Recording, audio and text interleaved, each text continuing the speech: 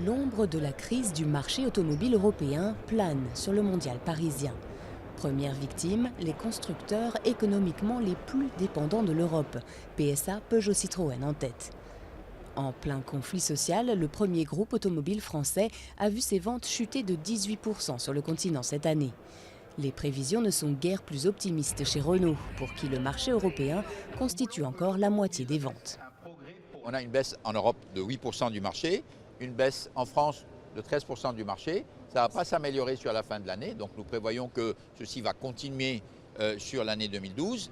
Nos prévisions sur 2013, je dirais au mieux le marché se stabilise, au mieux, plus probablement nous allons continuer à avoir un marché qui se dégrade. Le marché se dégrade comme le pouvoir d'achat des Européens. Une aubaine pour Dacia, filiale roumaine low cost de Renault, qui voit, elle, son chiffre d'affaires grimper. La star de la marque, c'est la Logan. À 8 000 € avec navigation satellite et régulateur intégré, ses ventes ont progressé de 20% l'an dernier. Elle vise les conducteurs jusque-là incapables de s'acheter une voiture neuve. On gagne des parts de marché parce qu'on reste abordable et on offre une prestation excellente. Donc aujourd'hui, on représente en Europe à peu près 3%, 2,5% de parts de marché.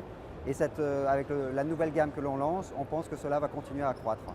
À l'autre bout de la chaîne, le constructeur allemand haut de gamme BMW affiche également une santé robuste, avec plus d'1,5 million de voitures vendues en 2011.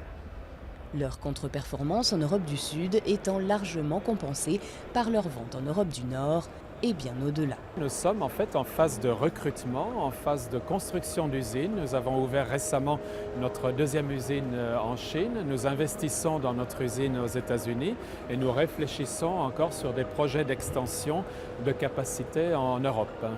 Le grand luxe lui aussi se porte bien. Pour acheter une Rolls-Royce, il vous faudra débourser 300 000 €. Et pourtant, la marque centenaire, qui appartient désormais au groupe BMW, n'a jamais vendu autant de voitures que l'an dernier.